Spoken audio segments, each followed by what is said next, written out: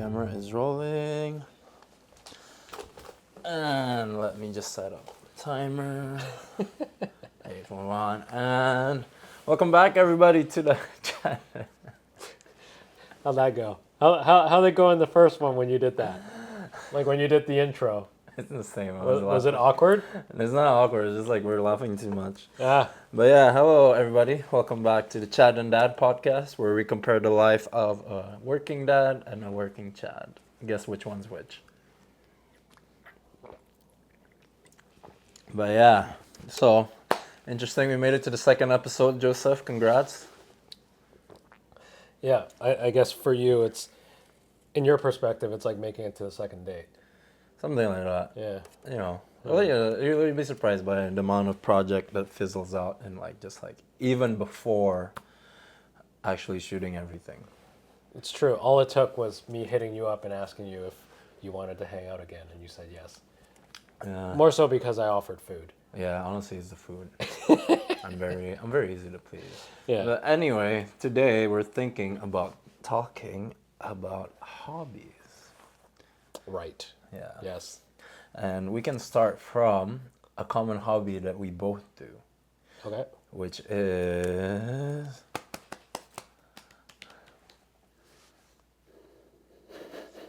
Audio only. From an audio only's perspective, it's gonna be like, what what the are we hell? talking about? Yeah. Okay, so we're both really into running. So I think it'll be cool if we talk about how we got into running, the reason we got into running, and maybe like in terms of our running journey, what's been our biggest accomplishment. So I guess let's start from you. Yeah, when did you start running? Wait. Sorry. Side note on a side note. Yeah. I mean, I thought the whole idea was like we were gonna go about it from like a what's it like as a single Chad Yeah. trying to get into, or like how does running impact a single Chad versus a single or versus a dad? Okay. Right, like according to the schedule. Yeah. Or I mean that's where I'm like, I guess that's a common theme compared to like how we individually got into running. Okay. Like I'm wondering, I don't know, is that Yeah, I see what you mean. does that make sense? Yeah, That makes I don't sense. know. Yeah. How about let's do a quick intro of like our running background, Sure. and then we got into like the difference of like our schedules and things like that. Sure. Yeah. Sure. Sounds good. Okay, so let's start. Let's just start quickly about like how you got into running. Yeah. Was introduced at my previous company at a startup. It was, I think I was living in downtown at the time, the period of time when I was living in downtown Vancouver. And then my boss at the time, his name's Nick, he decided to drag me into running with him around the seawall. Love it. So that was awesome. It was my first time living in downtown, and I didn't know anything about downtown. So then I was very fresh to the whole idea. However, I did run before, so then that was kind of like the catalyst behind like, hey, let's hang out, whatever, right? So then we started doing it. He showed me a route where it was, I was living in Yaletown at the time, so it was Humpkin and Richards around that area. So like all it took was two streets down, and then I would hit the seawall. And then from there, you can literally go all the way following False Creek, around Science World, and then all the way to the end, and then you get past through, what's that bridge? Not Canby Bridge, but Burrard. Yeah, you cross over Burrard Street Bridge, and then you come home from there. And that's kind of like what he showed me, starting off with, like a 1 kilometer, 2 kilometer, and eventually you do that entire route, and that makes a solid 10 kilometers. And that became my like regular running route with him, for, I don't know, a couple of years. And then eventually he kind of got me into it where I started doing like all the runs around Vancouver. So Vancouver Sun Run, BMO, and then eventually, the more runs I did, or sorry, not BMO. BMO's a marathon. Scotiabank half marathon. That's what I did. Yeah. And then eventually, he I started being like, hey, if I can do a 21K, why don't I do a marathon as well? Yeah. And then that kind of like kicked it into high gear where like it became less of a speed thing, but more as like a Distance little thing. gold star. Or like an endurance thing, right? Yeah, I think you could say that. And then Yeah. eventually I did end up doing the BMO marathon, which was like my very first marathon ever. Yeah. Uh, And now you're trying to complete like what is it called if you complete in all like the big marathons around the it's world? called the Abbott World Majors, which Yeah. is consists of 6 different marathons around the world. So there's one in Boston, Chicago, New York, Berlin, Tokyo, and I'm missing one. Yeah. But I've done 5 of them, and the only one that's left is the one in Berlin, or sorry, the one in Boston. Yeah. And that is fucking hard to get into Yeah, because you you need have like to. a lottery to get in the lottery or something. So they have a lottery system, but it's like obviously very competitive when they only have like a couple thousand spots, maybe less. Yeah. But like you have, let's call it like 500,000 people trying to compete for it. I think fun fact about the Boston Marathon, I was reading that like when they send out the lottery or like the announcement of like if you got a chance to participate, Yep. they're using like a stock image of a runner, and they send it to this runner, but he didn't get it. It's pretty funny. So, Oh, so yeah. he was like competing in like Boston Marathon like a couple years back, and they use Yeah. his image, Yep.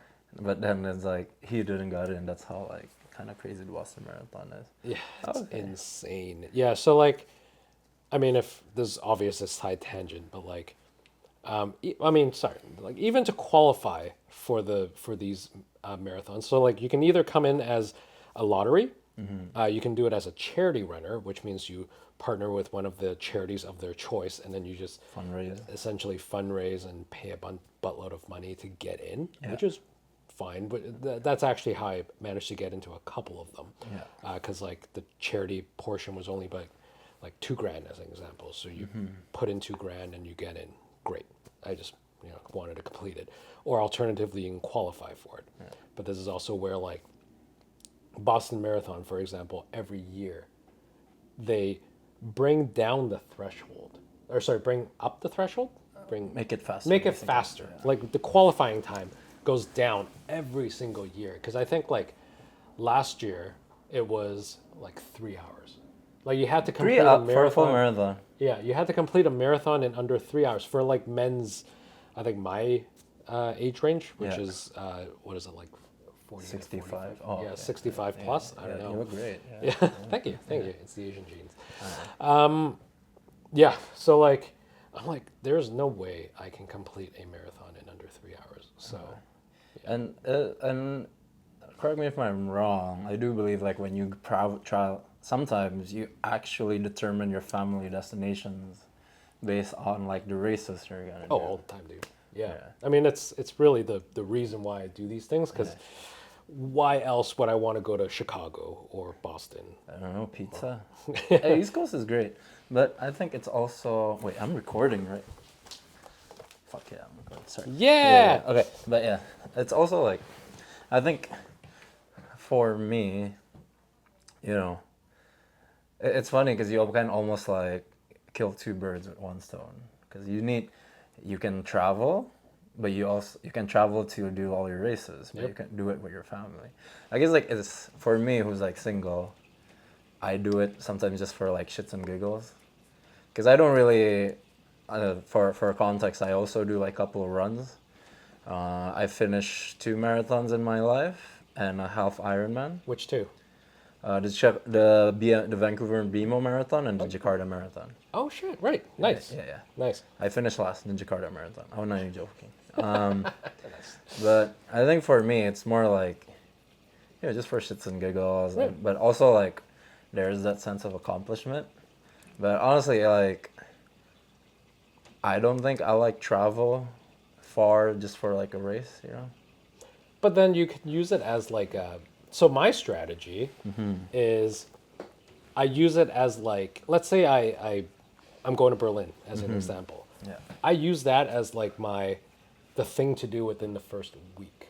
So I always get there like 4 days before the race as an example, so I can like acclimate Yeah. and get myself ready, eat right for the last couple of days for once, and then really grind down and get the race over with. And then for the rest of the trip, I'm eating like shit.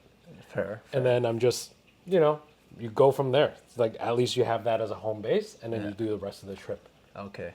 And I guess like, okay, now that you have a baby, because previously I do believe when you like travel through all these races, it was just you and Lynn. Right?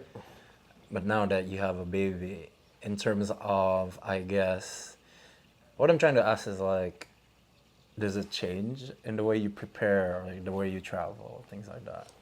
Oh, yeah. Side note, are we keeping this like running related, or can we keep going like just travel? I'm milking it. Yeah, I don't know. We'll see. That's a good tangent though, Yeah, by the way. yeah.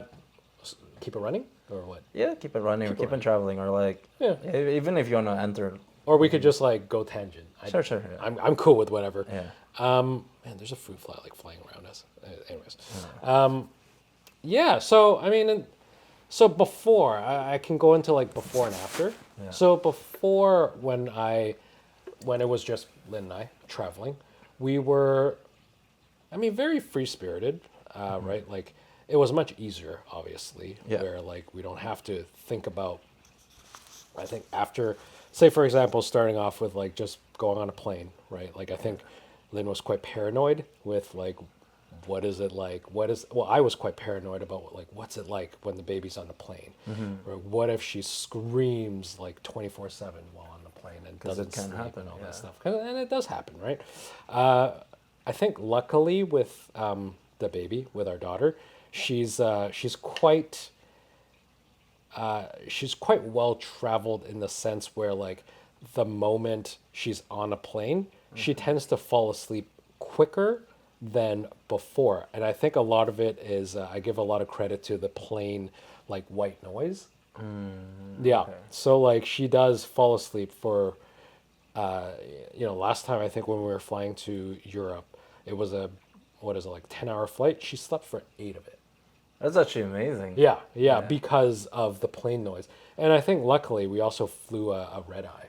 Okay. So it was also in the middle of the night. So like she knocked right out and she just fell asleep the entire time, which actually gave us a lot of time for us to like, be together and catch up on television and whatnot when Love we, it. didn't sleep. So I think we got pretty lucky in that sense. Yeah. However, obviously like there's a couple of things that we had to worry about afterwards, which is like, when she's up, obviously, like when she's up, we have to be up as well. So like that impacts our sleep as well.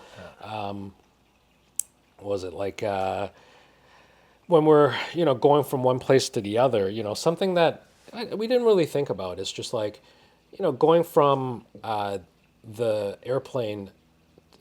airport over to our hotel. Now we have to lug a baby along as well. Yeah. And then if we take a taxi, for example, then like, Does it have baby seat? yeah, does it have a baby seat? And thankfully in Europe, sometimes you can get that. But like oftentimes we just didn't actually, because like I guess there's not really a law in Europe. Yeah. We should probably fact check that whether or not that's required. But we did take a couple of taxis without it. Ubers actually, without it. So Just like Lynn holding Kate. yeah, and that was something I had to really convince Lynn that was going to be okay. Yeah. As unsafe as that is. Well, to be fair, Lynn also have like a certification in like seatbelts and stuff. Well, we probably shouldn't mention.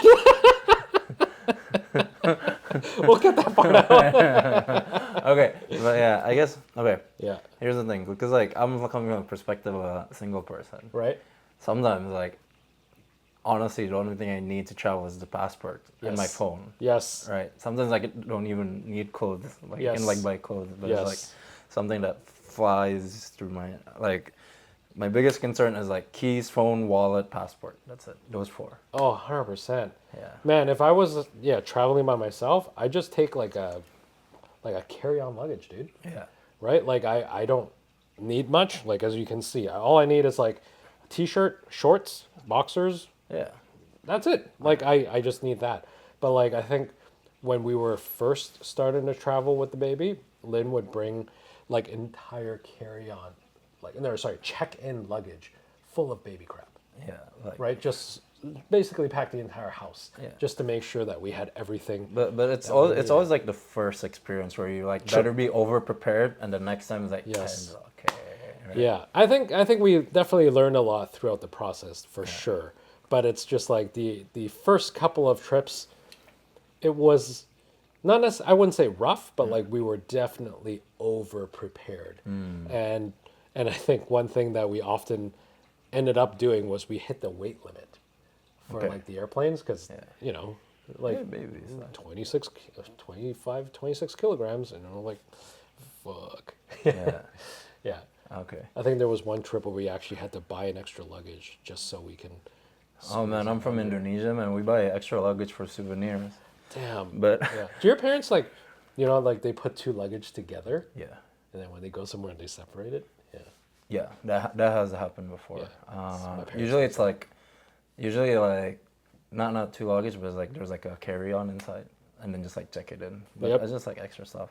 I guess like the question that I'm curious is, you know how like sometimes, at least for me, like the single bachelor in this podcast, is like seeing like sometimes like when we see parents, things like that. I was like, oh, you're gonna go such a hard time traveling, things like that. Is there, in a way, in terms of like logistics, or not even logistics, is there like an upside or like a benefit or like a something you didn't realize, like, oh, this is actually kind of nice that I'm traveling with my baby, you know? Oh, dude, yeah. I think the best thing, Europe in general is extremely, and I'm not kidding you, extremely baby friendly. Is it? Okay. The moment they see that you have a baby, say at the airport, at the what's that terminal where they Heathrow? no, where's that, like they have a separate line, so like at the check-in like, passport line, like priority. priority lines everywhere, dude. Yeah. So Okay. like at the airport, it's just like, oh, you have a baby? Oh, come this way. Click. Go on in. You know? And then like, you know, I think last time when we got into Europe, Berlin, I think, like people get off the plane and then big long snake lineup Yeah. of people, you know, waiting to, you know, pass through the passport office. Yeah. We get there, like we were one of the last ones to get off the plane because we had Kate. Kate needed to get changed, whatever. We walked over to that line. Some guy looked at us and he's just like, right this way, priority. Huh. We went past everybody Okay. and got right through. Got it done in like 5 minutes. And then everyone was just like watching us. See, we don't hear that often. We always hear like, oh yeah, the baby screaming inside the plane, and then I feel, but Yeah. that's actually kind of nice. I Yes. think about it. It's Yes. like, this is like something like people need to talk more. It's like, you know, traveling with my kids sucks, except priority lane. That's kind of sweet. Priority lanes everywhere. And I think last time when we were in one of those countries, I can't remember, France? No. So last time when we were in Portugal, like we were there last year, you know, this was after one of my other runs. I can't remember. London. I did the London Marathon last year, I believe. Yeah.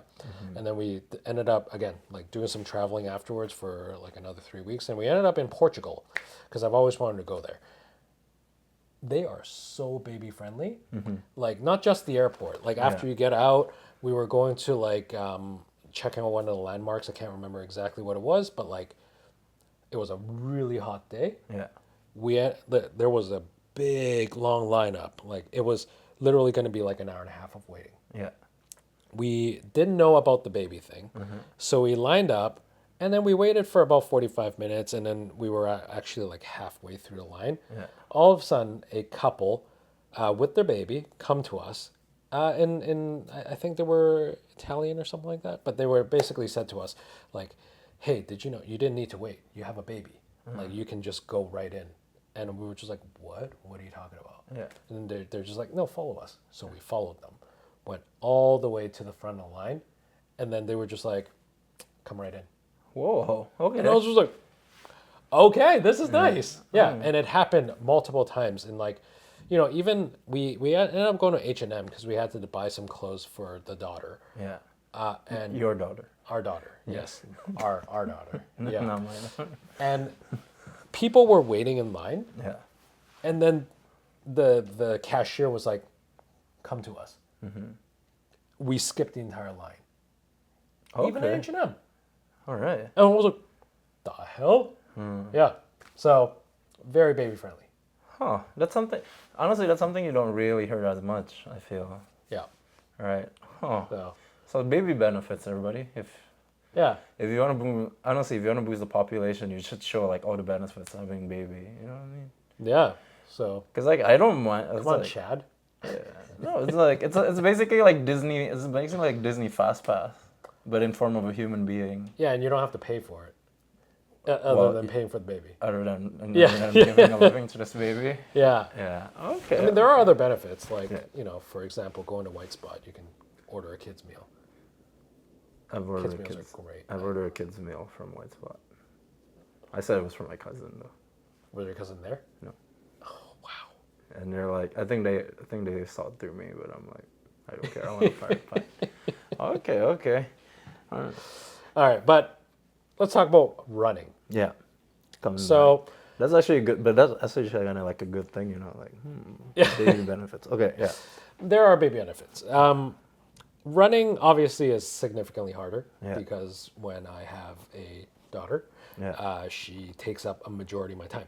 yeah, I think the challenge for me, especially for training for long distances, is, obviously with like training for marathons, you have to increase your distance, right? Like so, like 1 week you'd be doing like 40 kilometers cumulatively, and then it all ramps up to like 60, 70, 80 kilometers. So you're doing like, 10 here, 12 here, 15 here, 16 here. You're going out like 3 to 4 times a week. yeah, The challenge is, and I think a lot of people like they manage it by like running super early, yeah, right? Like, they wake up at 6 in the morning, get it done. yeah, Fantastic. I'm a night owl. I cannot wake up at like 6 in the morning. yeah, So what I've been doing lately, and previously as well, is, I think part of me is also very tired after work and whatnot, and then oftentimes I take the daughter, put her to bed with the wife, and then by the time I get out to do my runs, it's like 9 p.m. Sometimes 10 p.m. Like last night I did a run. yeah. Excuse me. Oh, last night I did my run at 10:30 around Okay. the neighborhood. All right. And I did 8 kilometers. It wasn't bad. But yeah, like it is increasingly difficult to, As a parent, yeah, as a parent, I think the older I get, the more, tired you are at night, right? Yeah. So I think personally I got to change my schedule when I'm training for my next marathon, but yeah, it adds up, man. yeah. Well, I'm actually the opposite.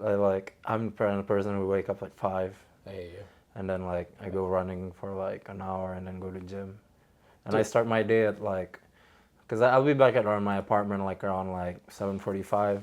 Take a shower, do my morning tea and meditate, breakfast, and then basically like I either go to a coffee shop or go to like the library and do like some editing or do some like email replying. how do you get out of bed? What's your secret? Huh? How do you get out of bed? Okay, so my motivation is really weird, but last year I was really hot because I was like preparing myself for my half Ironman. Okay. That was like prime art. That was like prime chat. Like six pack.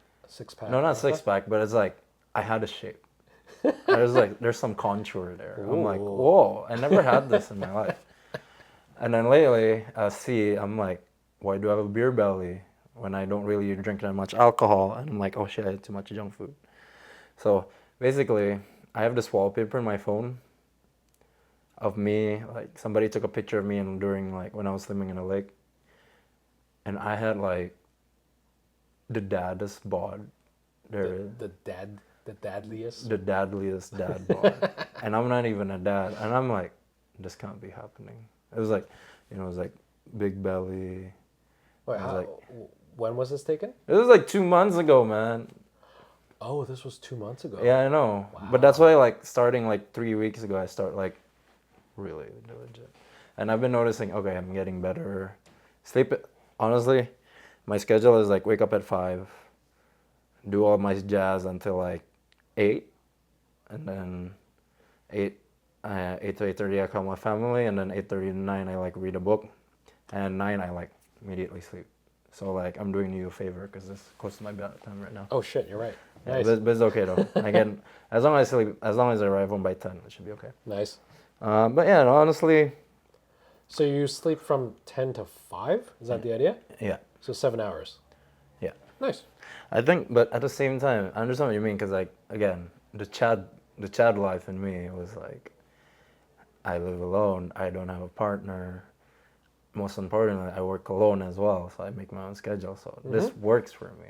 And then when you get in a habit of like, you're basically like from 5 a.m. you're already productive, right? You're already like, you know, and it's like, it feels good because like for me, I get, you know how some people like they feel shit after work because they're so tired, things like that. I feel like shit if I don't do enough work. Well, I feel that too. I think there's like that personal responsibility of like, I think I'm like internally motivated. So I feel like shit if I don't get what I envision is like solid amount of work that Yeah. day. But I also, yeah, I think for you, I think you're very disciplined in that. Like, you know, you make your own schedule. For me, you know, I know I have to be at work at like 9 to 5, and then I come home and I have that regular schedule. So yeah, totally, totally. But yeah, I tried, man. I've tried waking up at like 6 a.m. I think I woke up at 6 a.m. for like a couple of weeks when Kate was, when the daughter was just born. Yeah. Yeah, just honestly more so because she also woke up super early. Yeah. So then when she's up, I'm up too. So then the wife would take her, and then I would just go running. But like I'm up already because I can't go back to sleep. Yeah. But yeah, damn man. You know, there's strollers you use that you can go for running as well. Did I tell you like when we first, you know, when she was first born, I actually was super ambitious. Yeah. And I got one of those running strollers. Yeah. And then I never used it, and I ended up selling it Okay. because I didn't realize like they have to be at least like 2 years old, 3 years old, 4 years old before they can actually start using So it. basically, they don't fit in the stroller. I mean, they fit, but they need to be able to lift their heads up or whatever. Ah, I see. And I was just like, well, stupid me. I didn't do any research. Yeah. And then like the one that we got was, I can't remember the brand, but like, I don't know, it like scratched my car and shit because it was so goddamn heavy. Yeah, it's like industrial. Like you can imagine a jogger is like And industrial. this is with the Prius C as well. That's right. Yep. Best car. And Best it was Toyota. yeah. Toyota. Yeah, it's actually so big that I had trouble fitting it into the back of the Prius. I had to take the back seat down. Well, to be fair, the Prius C trunk is not as big as compared to other hatchbacks. Still a great car. Still, I love that car. So good. So good in gas. Making a lot of money from that on tour actually with my Prius. Oh, we should talk about that. Oh, I mean, well, basically we can talk about another time, but I make like almost like between like 600 to like 850 a month. Yeah. Okay, but okay. So coming back to running as well, but I feel, in a way, you also have a very accommodating partner. That like, okay, I understand. My husband is a runner, so when he runs, I can take care of the baby. But at the same time, you're also very accommodating in a way, because like your wife's schedule sometimes is not, I guess, like consistent. If that makes sense. Yeah, totally. And I could talk about that too. Like I think not trouble, but like the so I think she's accommodating in that she knows, for me, like she knows I need my running schedule. Yeah. Because it's like my only time to relax. Yeah. And just kind of not think about the stress of the world, Yeah. et cetera, et cetera. And it's also a great time for me. And to, I like, completely understand where you're coming from as a runner as well. Yeah. That's where like clarity. Yeah. yeah, and it's also a great way to, you know, listen to podcasts, do some self-learning, et cetera, et cetera. I guess let's continue on. Like I guess like we're talking about running. Yeah. And running out, and you understand. Yeah, I'll finish my thought. Yeah. However, for her, like I think the challenge as to why it's been increasingly difficult is because she's a doula, Yeah. so she's been taking on a lot more overnight shifts with clients, which is completely understandable. For like, you know, she helps new parents take care of their babies in a postpartum support kind of way. So a lot of times she's sleeping overnight with, with her clients over at their place in order to take care of their baby, newborns, et cetera, et cetera. So as a result, she's leaving the house at like, 11 p.m., something like that. So that means that the moment she leaves, I'm having to step in and be there to take over the baby, and I can't be out, running and whatnot. So a lot of times, like, my schedule is to make sure that, like, we take Kate to bed, she stays in bed with the daughter, and then during that time, during that small period of time, I go out to do my thing before she has to go. So that's kind of been what our schedule looks like these days. And then, she'll come home at like 7 a.m. Yeah. And then, it's kind of challenging. But I think the most important takeaway I got from that is basically you guys have like such a good communication in a way that, like, okay, in terms of scheduling each other's work, but most importantly scheduling time with your child, you still have like, okay, this little slit of time that I can go for a run. It's like, because it's important. I'm going to put quotes on good. Okay. It works. It works. I wouldn't necessarily say we're good at it, but So would you recommend, like, have a child? It's like, but would you recommend? Okay, so you know how like these days there's a lot of running clubs that are starting becoming like dating clubs. Oh, Would you recommend like runners date each other, or like should it become almost like maybe you find two different hobbies or something like that? in my opinion, no, I think it's great. Yeah. I think it's like, I think at the end of the day, like, it's good to have something that people enjoy doing together.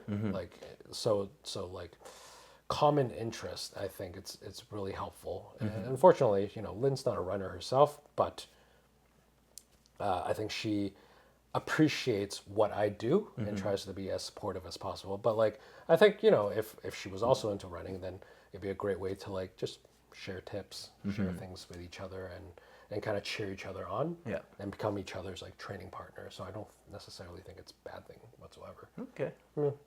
Yeah. No, I'm not saying it's like a bad or good thing. It's more like, sometimes they say like opposites attract and that. True. Yeah. Would you date someone who's a runner? I think I would. Yeah. I do. This is like touching different subjects, but I like to date someone who's like open to new experiences. Okay. But I think running for me is such a big thing, because at least like, I think we talk a lot about your journey with running, but with like my personal journey with running, I started running because like I actually like was heartbroken, and it was the start of COVID, so I can't see anybody, and that's usually my coping mechanism is to kind of like, like talk about my feelings with my friends, but I couldn't, so I'm just like, okay, rather than feel anxious, I start reading about it, and it's like apparently running is one of the best thing you can do, so I started doing that. Nice. Yeah, but I started doing it for 2-3 years to the point that I wasn't planning to, but I ended up losing like 20 kilograms. Nice. Yeah, and I do feel better after it. I do feel better mostly because like I can get into my runner's high pretty quickly. But it's just like something about running itself. It's like It's meditative. It's meditative, yeah. Yeah. It's probably like one of the best tools to, in terms of like what a lot of like, I guess, meditation training does is like get you present in the moment. Yeah. For sure. I think that's the thing, right? Like, something I've realized is if you're running and you think about running, like think about each step as you run, I find that I run out of endurance very quickly. Like, I lose my stamina if I'm thinking about every step.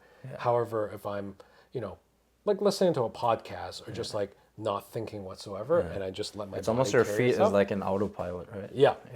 I love that feeling. Then it's just like you can go forever, Yeah. right? So I mean, yeah. yeah. Depend on your VO max, but Yeah, that's true. okay. I guess okay. So I guess like a final topic that I'm like curious to know is like I know you're doing what was it again when after you finish completing all like The World Abbott Majors. the World Abbott Majors. Okay. Abbott World Majors. And I feel like you've been doing this ever since I met you like a couple of years back. So is that your ultimate running goal? I just want that stupid medal. So after you finish. Yeah. Oh, I would love to show a picture of this on Yeah. on the podcast. It's like, so after you finish it, man, this is turning into a huge advertisement for the Abbott World Majors, eh? Yeah, very huge. Yeah, with our huge following. Yeah, yeah. Please let me into Boston. Yeah. Hey, who knows, man? Okay. Yeah, but like afterwards, you get this really cool medal that has like 6 different globes around there for like all the different places that are part of the World Majors. I just want that stupid medal. You know, I just want that medal, and I'm gonna frame it on my wall, and that's it. I'm kidding. No, I don't think I'm gonna retire yet. Yeah. But I really want that stupid medal.